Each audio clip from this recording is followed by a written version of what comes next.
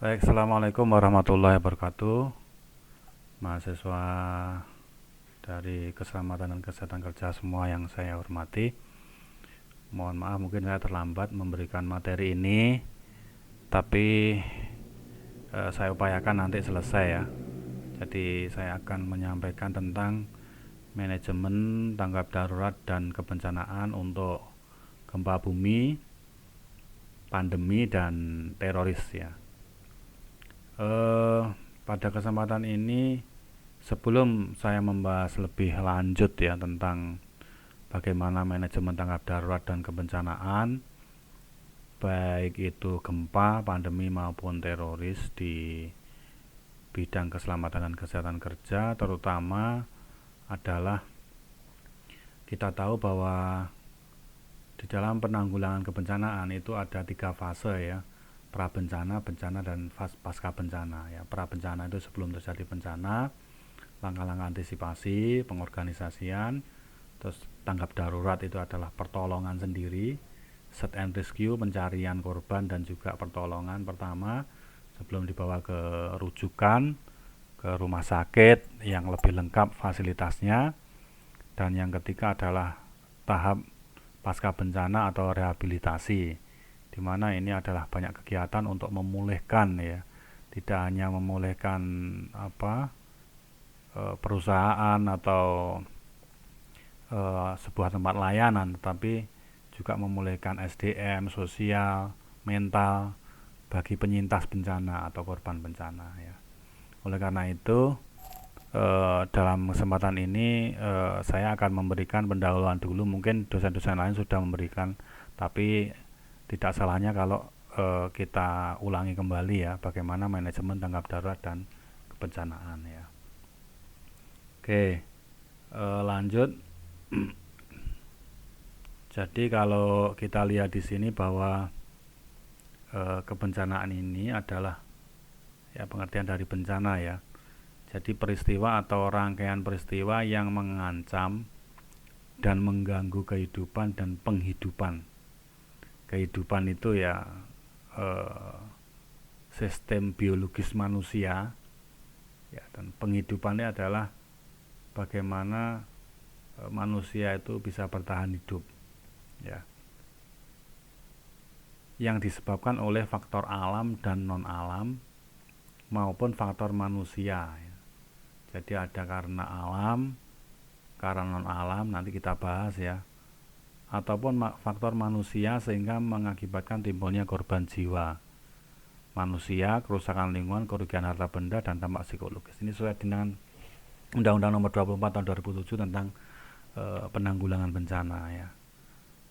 Jadi memang yang menjadi fokus kita tidak hanya manusianya saja, dalam hal ini mungkin korban jiwa, tapi juga kerusakan lingkungan, harta benda, dan dampak psikologis.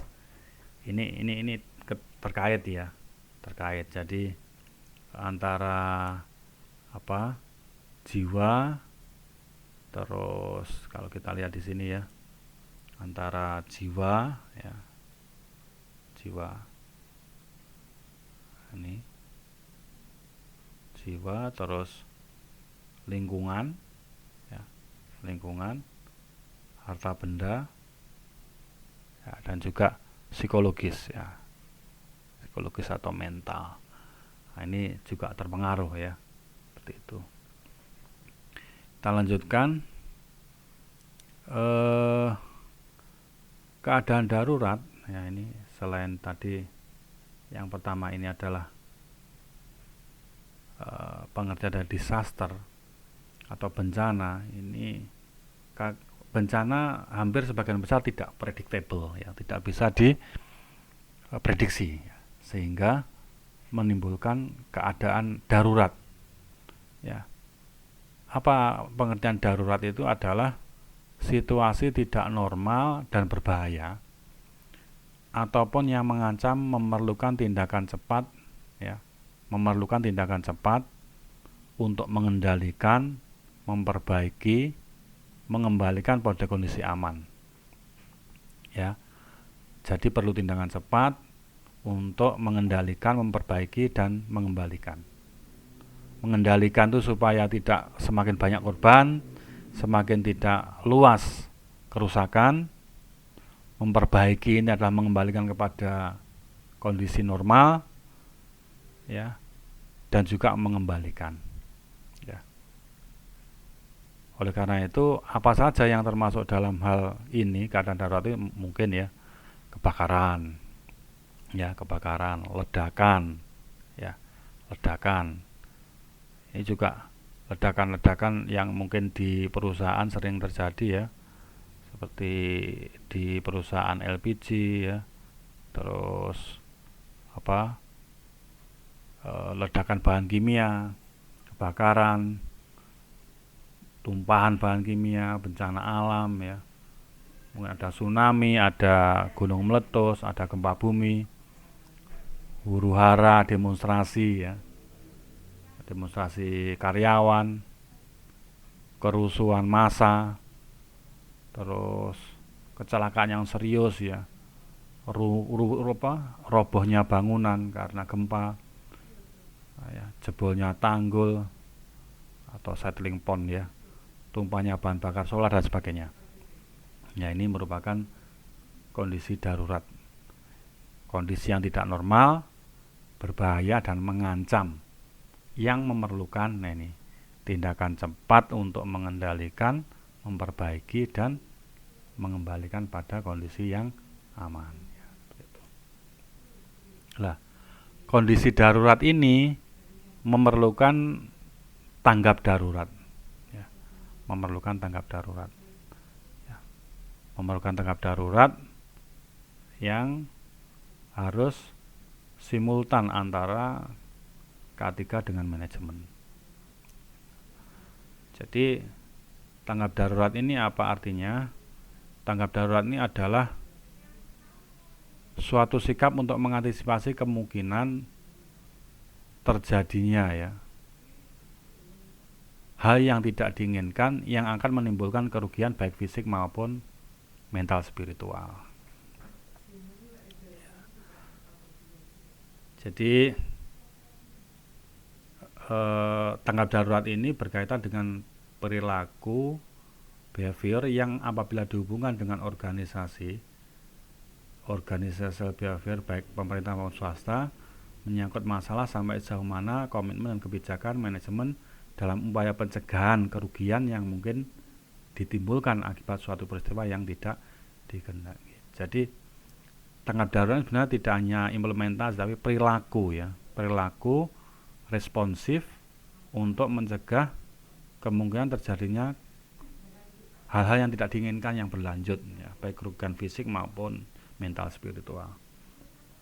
Ya, ini tanggap darurat. Lanjut ya. Pelaksanaan dan penerapan ya, kebijakan perusahaan meliputi penanggulangan dan kesiapsiagaan kondisi darurat atau emergency response and preparedness. Jadi di dalam K3 sebagai petugas K3 ini tidak bisa bekerja sendiri ya. Walaupun sebetulnya ketika emergency response and preparedness itu yang berperan utama selain manajemen itu adalah petugas medis perusahaan ya. Emergency response and preparedness ini. Jadi petugas medis itu bisa dokter atau perawat yang ada di perusahaan, dan perlu diketahui oleh adik-adik semuanya bahwa di keperawatan pun ada namanya Hiperkes ya, izin perusahaan dan kesehatan kerja. Ini merupakan satu bidang dari keperawatan. Ada lagi di situ adalah di Public Safety Center itu juga teman-teman perawat yang ada di sana. Kebetulan saya dan beberapa dosen itu juga berkecimpung di dalam emergency response and preparedness ini, baik itu bencana maupun general accident ya. General accident itu ya traffic accident ya, jalan raya, maupun juga kecelakaan-kecelakaan yang ada di housing accident ya, di rumah. Lah, setiap prosedur operasional tanggap darurat itu harus memuat beberapa elemen penting. Ini yang perlu kita garis bawahi ya.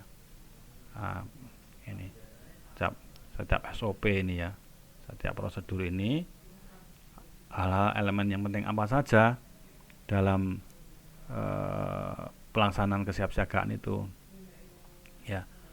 Yang pertama adalah ini, kita lihat ini harus ada prosedur ya. Prosedur tersebut harus disusun sederhana,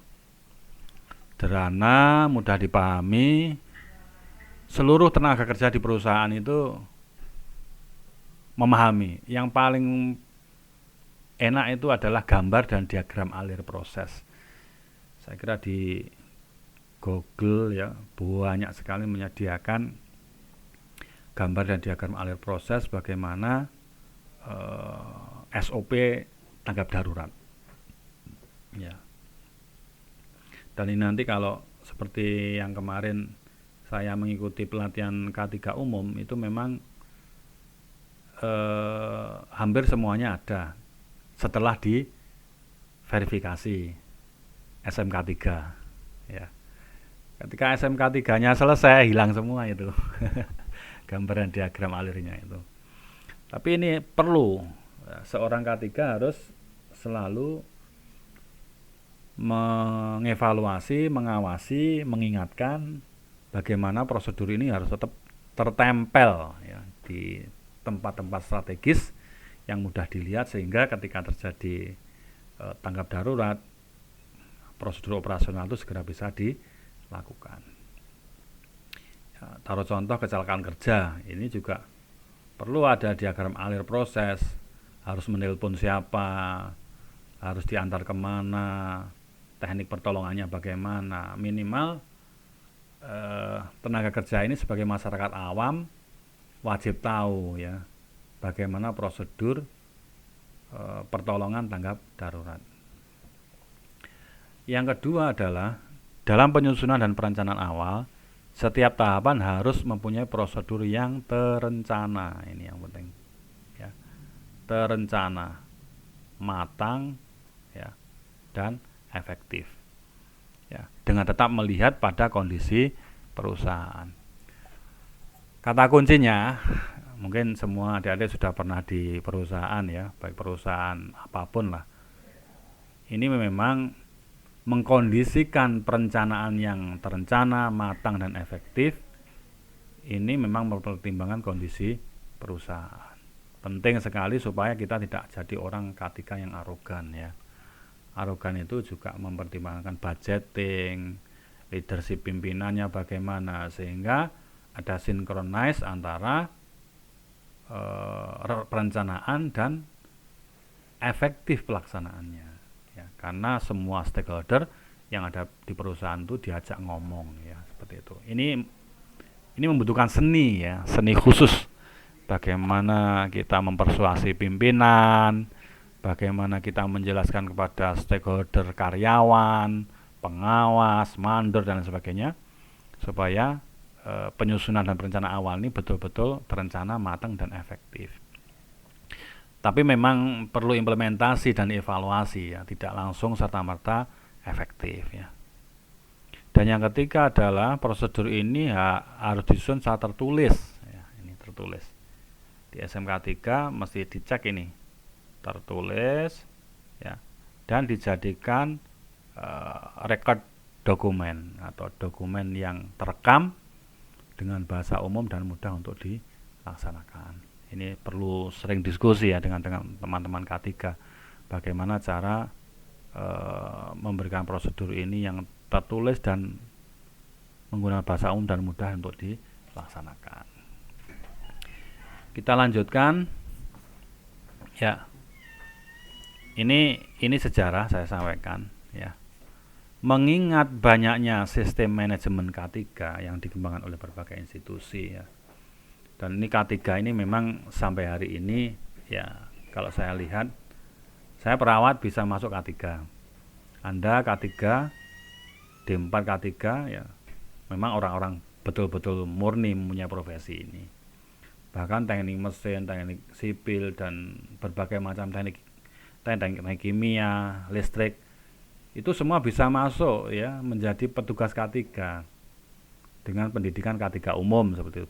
Bahkan kemarin dalam pelatihan K3 umum itu dapat sertifikat 6 sertifikat ya.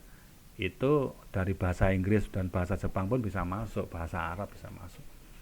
Oleh karena itu memang profesi ini masih bersifat umum, tapi ke depan dengan adanya sertifikasi harapannya memang betul-betul petugas K3 itu adalah lulusan diploma 4 atau sarjana ya K3 ya.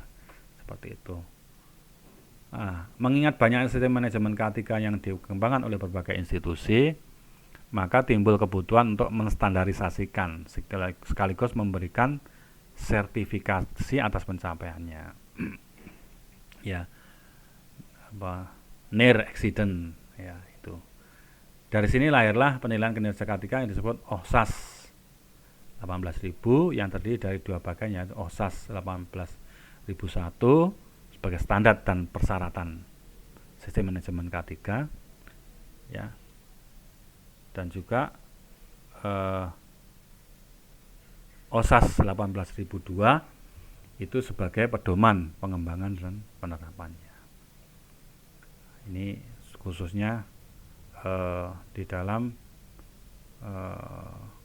mencapai penilaian kinerja K3 itu ada OHSAS 18.001 dan OHSAS 18.002 ya. Barangkali nanti kalau ada masukan saya bolehlah ya diberikan masukan perkembangannya.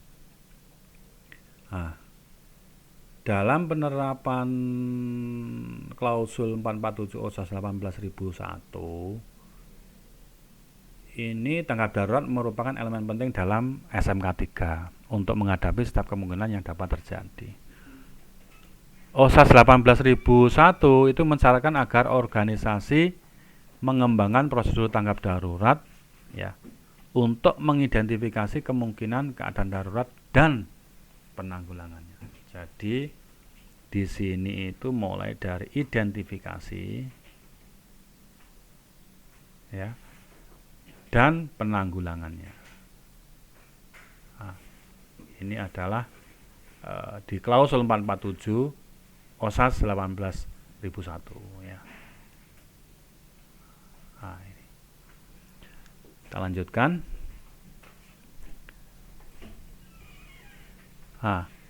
Dalam pengembangan sistem tanggap darurat OHSAS 18.001 klausul 447 tadi sekurang-kurangnya meliputi elemen berikut. Yang pertama, kebijakan tanggap darurat. Apa yang dimaksud kebijakan tanggap darurat adalah penanganan tanggap darurat harus merupakan kebijakan manajemen. Ini harus merupakan kebijakan manajemen ya, karena menyangkut berbagai aspek seperti organisasi dan sumber daya yang memadai. Sumber daya tidak hanya sumber daya manusia, tapi juga sumber daya material, termasuk di sana pendanaan ya. Tanpa kebijakan manajemen, program tanggap darurat tidak akan berhasil dengan baik. Sekali lagi Pak Agus ngomong seni ya, bagaimana kita mempersuasi, mempromosikan kebijakan tanggap darurat itu kepada manajemen. Yang paling khusus di sini adalah pimpinan. Pimpinan yang memutuskan kebijakan tanggap darurat. Yang kedua, ini adalah identifikasi keadaan darurat. Setelah kita ada kebijakan, itu adalah identifikasi keadaan darurat. Artinya apa? Identifikasi keadaan darurat ini adalah langkah awal dalam pengembangan sistem tanggap darurat. Identifikasi ini adalah identifikasi keadaan darurat yang mungkin terjadi dalam operasi atau kegiatan organisasi, baik itu dalam produksi maupun dalam kegiatan organisasi yang lain ya. Pergudangan, produksi ya, penyediaan sarana prasarana, ini merupakan seluruh kegiatan organisasi yang ada di sebuah perusahaan. Jadi keadaan darurat dapat bersumber dari dalam atau luar organisasi, baik di lingkungan perusahaan, baik di dalam perusahaan maupun di luar atau di lingkungan perusahaan ya, seperti itu ya. Jadi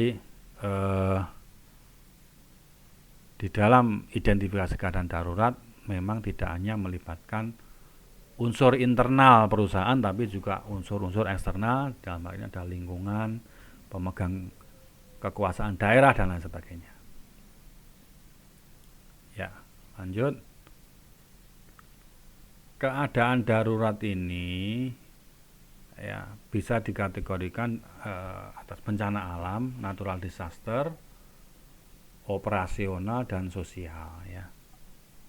Yang paling utama beberapa di perusahaan memang ini ya, ada faktor operasional, faktor alam, dan juga faktor dari sosial.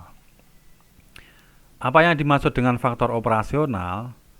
Faktor operasional ini adalah faktor dalam sirkulasi distribusi produksi di dalam perusahaan itu. Yang paling banyak kemarin waktu di perusahaan LPG, ya memang ketika SMK 3 kita terapkan, kita mengidentifikasi risiko, ada risiko kebakaran, ada risiko kebocoran bahan kimia, ada gangguan operasi misalnya kerusakan alat. Ada yang seperti di perusahaan LPG itu jebolnya pasir kuarsa untuk pembersihan tabung LPG. Itu juga risiko mengenai kulit, luka bakar, mengenai mata, bisa terjadi trauma mata, ya, ledakan, ya itu bisa mengakibatkan luka bakar dan lain sebagainya. Faktor alam, banjir, angin topan, gempa bumi ya. Maka memang ada beberapa perusahaan itu sebelum mendirikan perusahaan di suatu tempat mesti ada kajian-kajian geologi. Ya, faktor-faktor alam apa yang mengakibatkan kerusakan-kerusakan perusahaan ya. Maka kalau risikonya tinggi biasanya pengembang atau pemilik tidak melanjutkan untuk membuat perusahaan di tempat itu. Ya, tetapi kalau masih ada, ya ini perlu diantisipasi oleh teman-teman di K3 ya. Banjir, topan, gempa bumi. Faktor sosial, ya adanya rumor, perselisihan, demonstrasi buruh, sabotase perusahaan. Nah, ini termasuk faktor sosial ya. Seperti itu. Nah, sebagai langkah awal, semua kemungkinan keadaan darurat tersebut harus diidentifikasi, baik yang bersumber dari luar maupun dari dalam organisasi. Ya, sebagai semua sumber ya perlu diidentifikasi. Maka teman-teman K3 ini harus komunikatif, jeli dalam mengidentifikasi ini. Banyak teman di dalam perusahaan itu untuk memberikan masukan-masukan, sehingga prinsip orang K3 itu sebenarnya mendamaikan ya. Mendamaikan perusahaan itu bagaimana supaya bekerja dengan lancar tanpa near miss ya, tanpa accident ya. Baik itu tadi karena faktor operasional, alam maupun sosial, semuanya bisa tertangani dengan baik. Tapi ya pengalaman saya di SMK 3 ya, itu tidak semua 100% berjalan baik ya. Memang masih ada, tapi ini merupakan bahan-bahan masukan untuk diperbaiki ya, kelanjutannya. Ya, kita lanjutkan.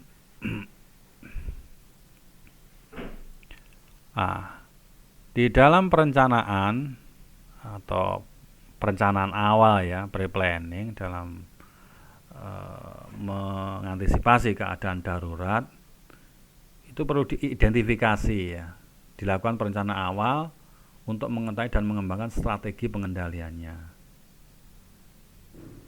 Untuk apa? Untuk membuat skenario keadaan darurat. Nah, ini contohnya di sini ya. Skenario keadaan darurat.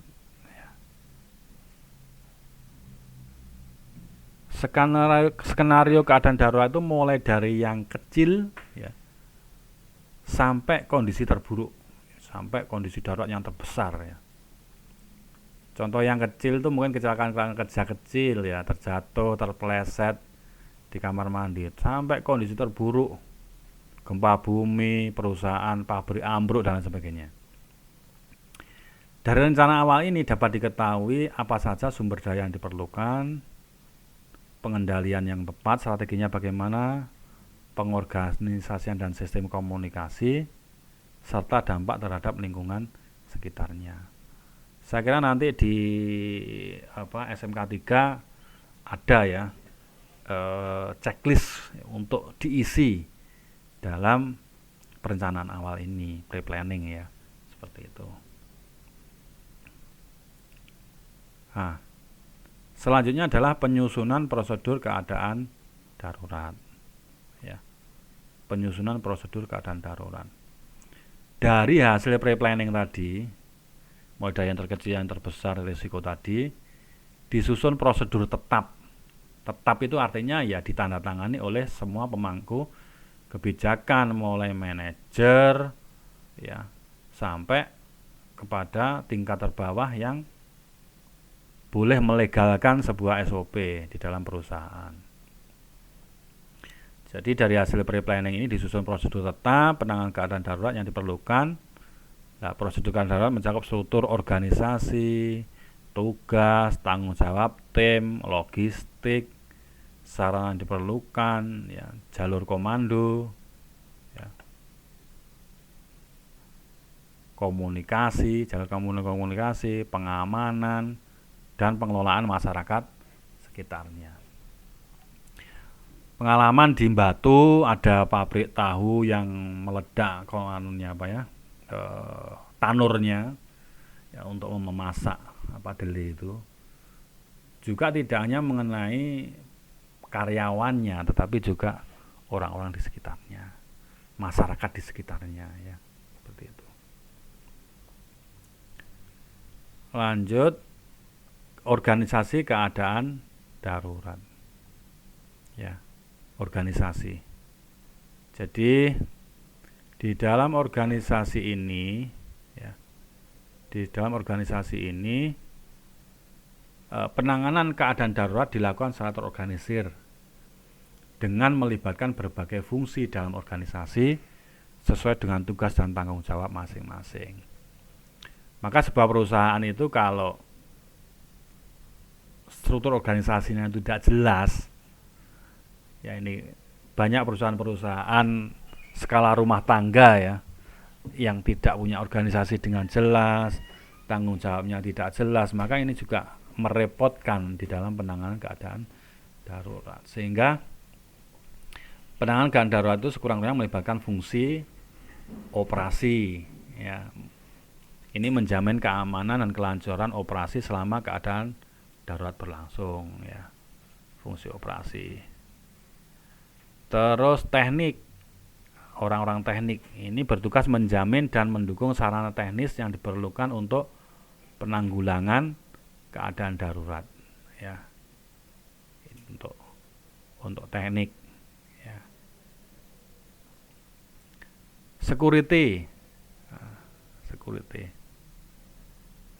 ini bertugas menjaga keamanan selama keadaan darurat. Medis, ini saya sebutkan tadi, ada perawat, ada dokter, itu untuk memberikan bantuan dan pertolongan medis terhadap korban. Tapi tidak ada salahnya bahwa seluruh karyawan itu bisa melakukan P3K, pertolongan pertama pada kecelakaan.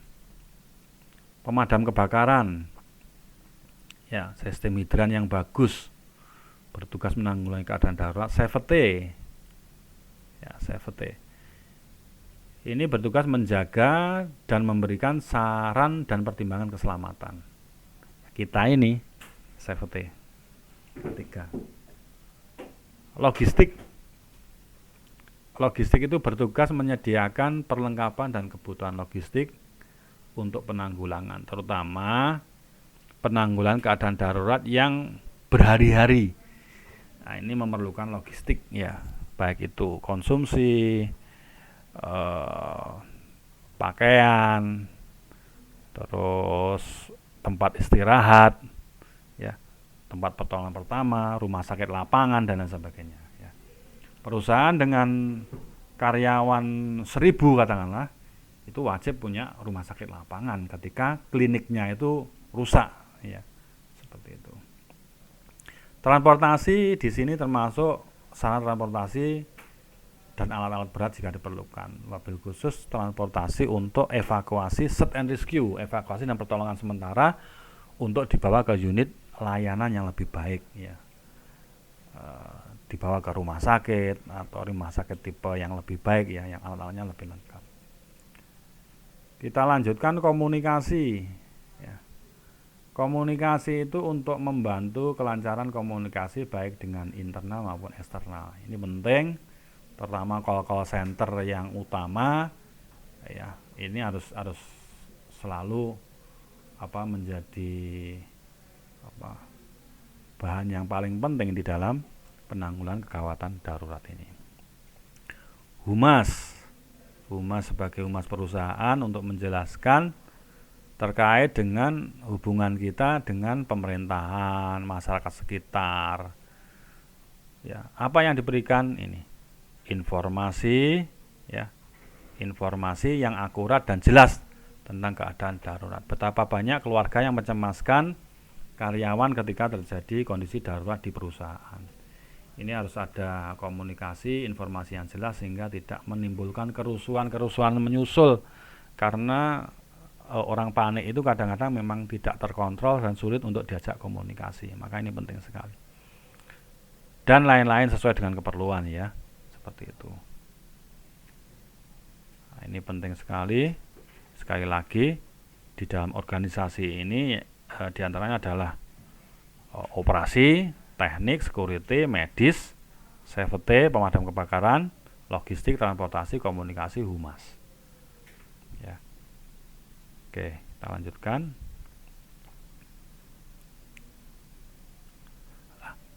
Lanjut ke prasarana keadaan darurat. Ya, prasarana keadaan darurat. Kebutuhan prasarana untuk penanggulangan gawat darurat ini harus dipersiapkan dengan baik sesuai dengan hasil yang awal tadi, pre-planning tadi ya, sesuai dengan hasil identifikasi dan perencanaan awal. Dan prasarana ini mencakup berbagai aspek ya, seperti sarana penanggulangan bencana ini ya, terus penanggulangan apa saja, kebakaran, pencemaran, ledakan, bocoran bahan kimia, bencana alam.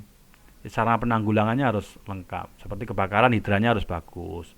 Pencemaran, sistem spalnya harus bagus. Sistem pembuangan air limbahnya harus bagus. Ada ledakan, bocoran bahan kimia, ini minimal alat-alat untuk dekontaminasi bahan kimia itu harus ada. Dan bencana alam yang lain, ini biasanya kita bekerja sama dengan BPBD setempat ya, Badan Penanggulangan Bencana Daerah setempat, untuk memprediksi sebuah bencana, dan kita melakukan rencon istilahnya, rencana kontingensi, rencana aksi ketika terjadi bencana ya. Lanjut aspek sarana, ini yang kedua adalah ini, aspek sarana prasarana manusia, sarana penyelamatan manusia. Rescue ya, rescue. Apa sarana penyelamatan manusia? Ini teman-teman di medis yang banyak memahami, tapi tidak ada salahnya teman-teman adik-adik di K3 nanti juga harus memahami ini. Ada 2 SKS khusus ya ini untuk ini. Jadi review saja sedikit. Jadi kalau di bidang medis itu memang pertolongan itu singkatannya adalah ABCDE. Airway jalan nafas, breathing pernafasan, B, C-nya circulation, ya, peredaran darah termasuk itu jantung, perdarahan dan lain sebagainya. D-nya itu disability ya, kepala, ya, trauma kepala, ya. Terus exposure itu untuk memeriksa dari ujung rambut sampai ujung kaki. Ini ada pelatihannya ya, ada latihannya ya. Monggo insya Allah nanti kalau kita kesempatan untuk praktikum, kita coba melakukan namanya initial assessment atau pertolongan pertama ABCDE tadi. Alat-alatnya banyak sekali ya, long spine board, stretcher, ya, ambulans, menghentikan perdarahan, alat-alat oksigenasi, alat-alat membuka jalan nafas, alat-alat untuk IV kanul, pemasangan infus dan lain sebagainya. Lanjut adalah peralatan sistem komunikasi. Ini memang penggunaannya harus diatur, bagaimana cara menggunakan handy talkie yang betul, atau alat-alat komunikasi yang lain, termasuk di sini adalah EWS ya, Early Warning System Communication yang betul ya, sirine yang betul, terus bunyi-bunyi sirine yang tepat ya, seperti itu.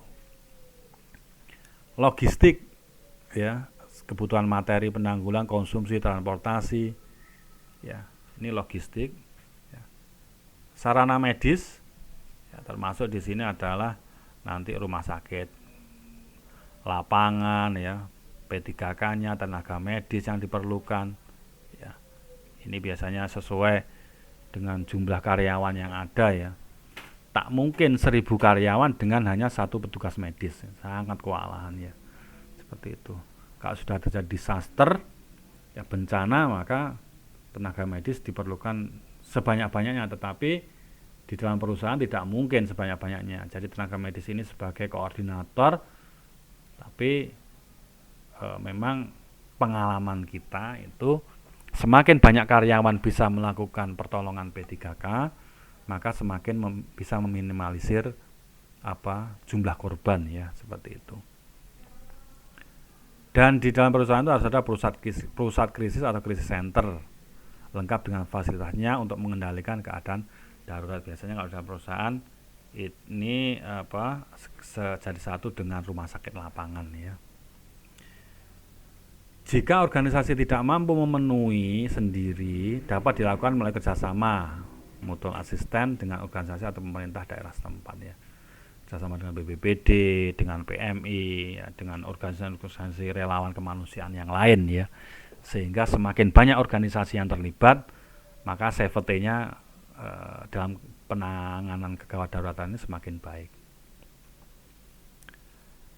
Lanjut, ketika organisasi sudah ada logistik sarana prasarana dilengkapi, maka tidak kalah pentingnya adalah pembinaan dan pelatihan ya.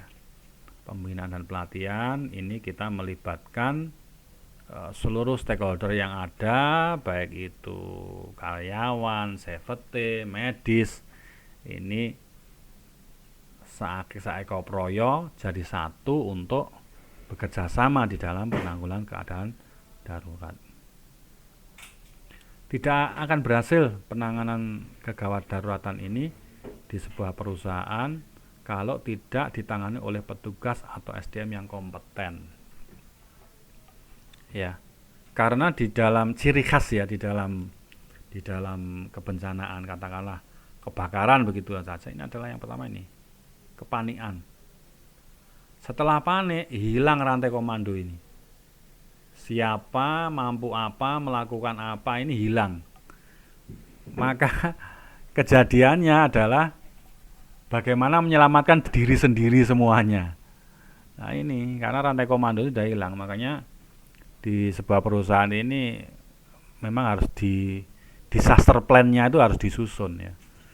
Ketika terjadi gempa bumi, ini assembly point atau titik kumpulnya di mana. Kalau liftnya itu mati jangan digunakan.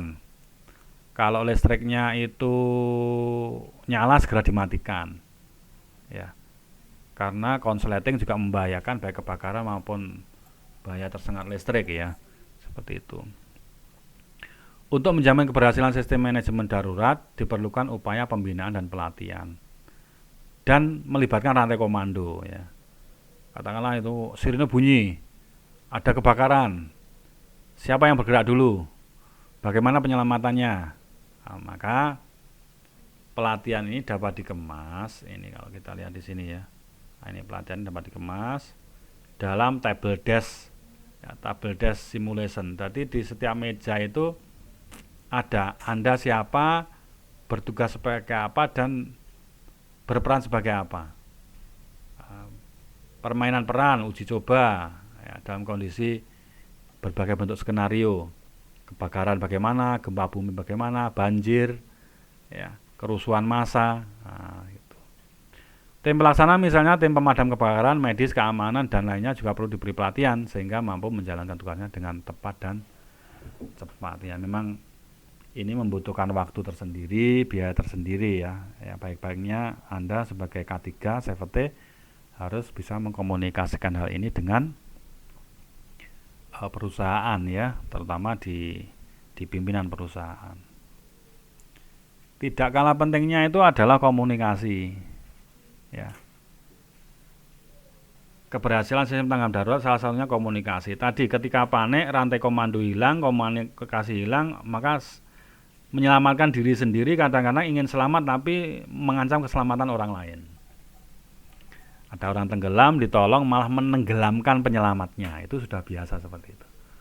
Maka komunikasi ini harus betul-betul ditata, dilatih, ya, baik komunikasi internal maupun eksternal. Komunikasi internal itu harus dirancang mulai dari deteksi keadaan darurat sampai ke penanggulangannya. Ini ya, mulai dari deteksi, ya, sampai dengan penanggulangannya. Komunikasi eksternal dengan pemerintah daerah, masyarakat, organisasi tadi ada PMI, ada BSMI, ada disaster management yang lain, relawan-relawan kebencanaan. Masyarakat seharusnya diberi informasi yang jelas mengenai kondisi keadaan darurat, potensi bahaya yang dapat timbul serta langkah-langkah pengamanan yang diperlukan. Terutama pabrik-pabrik atau perusahaan yang bisa mengancam orang sekitar ya, menggunakan bahan kimia. Pernah di perusahaan Ajinomoto di Mojokerto itu amoniaknya bocor sehingga hewan ternak banyak yang mati ya. Itu sudah deteksi dini, segera masyarakat di sekitar radius 1 kilo dari perusahaan harus dievakuasi di rumah sakit lapangan ya, seperti itu. Ini perlu antisipasi ya, apalagi perusahaan besar ya. Oke. Selain pelatihan itu juga harus ada inspeksi dan audit dari safety yang rutin secara berkala. Ya, ini berkala ini. Rutin Anda jadwalkan ya. Dilakukan audit dan inspeksi sistem tanggap darurat yang menyangkut prosedur, sarprasnya, ambulannya, rumah sakit lapangannya, medisnya, kemampuan petugasnya, APAR dan lain sebagainya ya. Semua peralatannya harus diperiksa secara berkala agar jika diperlukan siap untuk digunakan. Nah, ini ya, perlu pembagian tugas untuk penyiapan secara berkala. Oke, lanjut. Setelah itu adalah investigasi dan pelaporan.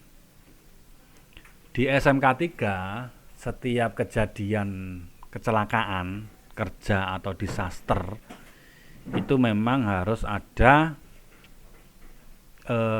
investigasi kejadian itu dan pelaporan. Ini orang-orang safety harus paham untuk ini ya, terutama nanti di pelajaran SMK 3. Sekaligus untuk mengevaluasi kelemahan dan kelebihan dalam proses penanggulangannya. Jadi dari setiap kejadian ini yang ditanya siapa saja, yang perlu diinvestigasi siapa saja. Individu, karyawan, sekelompok karyawan dalam satu unit, kondisi sarananya, dicek semuanya. Kelancaran komunikasinya, tapi kata kunci tidak harus saling menyalahkan.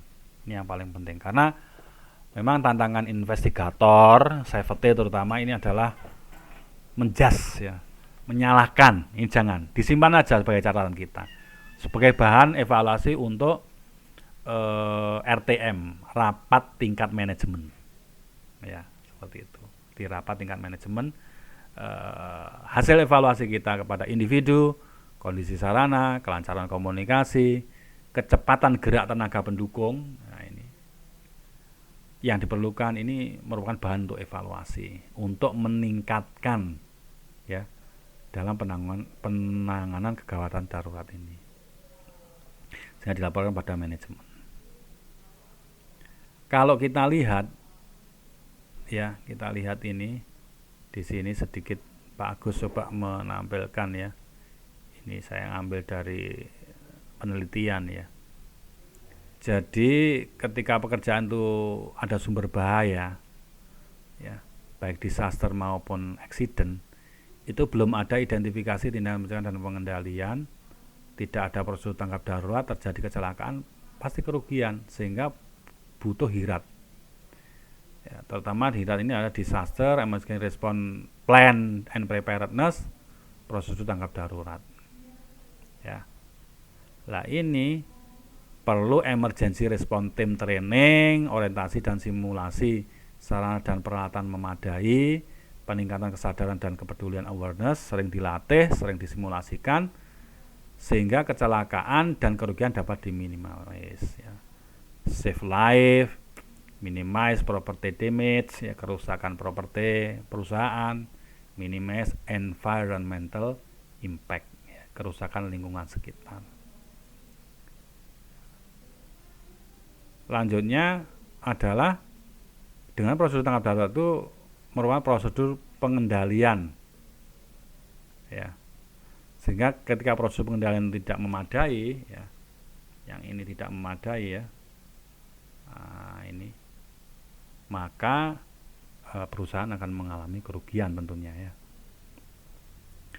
Baik, sedikit tentang HIRAT, Hazard Identification Risk Assessment and Determining Control. Saya kira ini di Bapak Ibu dosen yang lain juga menjelaskan, ya, bahwa ini masih berhubungan dengan penanggulangan kegawat daruratan dan bencana, ya, di K3 ini. Ini sesuai standar ISO, ya, 45001 dan 2018 dan PP nomor 50 tahun 2012. Mungkin nanti bisa dilihat. HIRAT ini atau lebih dikenal adalah identifikasi bahaya dan penilaian resiko, ya, IBPR, ya, seperti itu.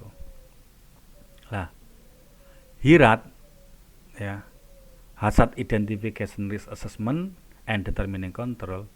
Yang pertama, identifikasi bahaya, ya, identifikasi bahaya. Ini adalah proses untuk mengenali adanya bahaya serta menentukan karakteristiknya. Ini butuh pengalaman, ini butuh pengalaman, butuh banyak membaca, butuh banyak sharing dengan senior kita di safety. Penilaian risiko, ya, proses untuk mengevaluasi risiko yang timbul dari bahaya, menentukan kecukupan pengendalian yang ada dan menetapkan apakah risiko tersebut dapat diterima atau tidak.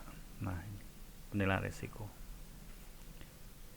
Memang kenapa profesi safety ini seharusnya ada profesi di bidangnya, ya, kimia, teknik, konstruksi dan lain sebagainya. Memang penilaian risiko ini ketika tahu bentuk operasional mesin, katakanlah seperti itu, kalau bukan orang mesin ya agak susah, tapi orang safety harus paham ini. Generator listrik harus paham mana pendinginnya, mana sumber listriknya, mana BBM-nya, mana risiko konsletingnya, ya. Ini harus paham. Dan yang ketiga adalah tahapan penetapan bentuk pengendaliannya, ya. Identifikasi, penilaian dan bentuk pengendaliannya, ya. Ini biasanya di pelatihan K3 ini harus ngelontok ini, ya. Eliminasinya mana, substitusinya mana, rekayasa engineering mana, pengendaliannya mana, terus APD-nya mana. Ini ada 5, ya. Eliminasi menghilangkan bahaya, merubah proses, metode atau bahan untuk menghilangkan bahaya yang ada. Substitusi mengganti zat, material, ya, dengan zat proses lain yang tidak atau kurang bahaya. Rekayasa engineering, ya, menyingkirkan bahaya dengan menambah contohnya guarding, ya, guarding atau penutup itu, ya. Pengendalian ada pengawasan, ya, pelatihan, rotasi kerja, rambu-rambu K3, APD, ya. 4 tindakan perbaikan di atasnya. Penting ini, ya. Eliminasi, substitusi, rekayasa engineering, pengendalian, APD, ya. Kita lanjutkan. Ya. Di dalam tanggap darurat ini mesti ada ini, ya, tahapan manajemen bencana prabencana, ya, prabencana. Ini meliputi kesiapsiagaan, deteksi dini, mitigasi. Mitigasi adalah merencanakan tahap aksi ya, ketika ada bencana. Dan mitigasi itu ada dua, struktural dan non struktural. Struktural itu bangunan, ya, alat-alat. Non struktural itu kebijakan. Nah, mitigasi. Sedangkan tahapan manajemen bencana itu mulai dari search and rescue, penyelamatan, evakuasi, dan tanggap darurat, rumah sakit lapangan. Tadi yang saya sebutkan di atas, melibatkan medis. Dan juga di tahap pasca bencana itu adalah tahap rehabilitasi, memulihkan SDM, memulihkan konstruksi bangunan, memulihkan dan resiliensi, memulihkan mental dan sebagainya, ya. Baik, saya kira itu, ya. Terima kasih. Semoga sebagai pendahuluan manajemen kegawat daruratan dan manajemen bencana, ya, untuk K3 ini bermanfaat. Mohon untuk diskusi bisa di chat room kita, nanti kita jawab, ya. Seperti itu, Pak Agus. Senang untuk bahan diskusi kita hanya sebagai trigger bagaimana kita sebagai orang safety yang benar-benar memahami manajemen kegawat daruratan dan manajemen bencana, karena ini merupakan ancaman risiko jiwa, ya, korban jiwa di dalam kegawat daruratan ini. Saya kira terima kasih. Assalamualaikum warahmatullahi wabarakatuh. Sampai berjumpa di materi Pak Agus selanjutnya.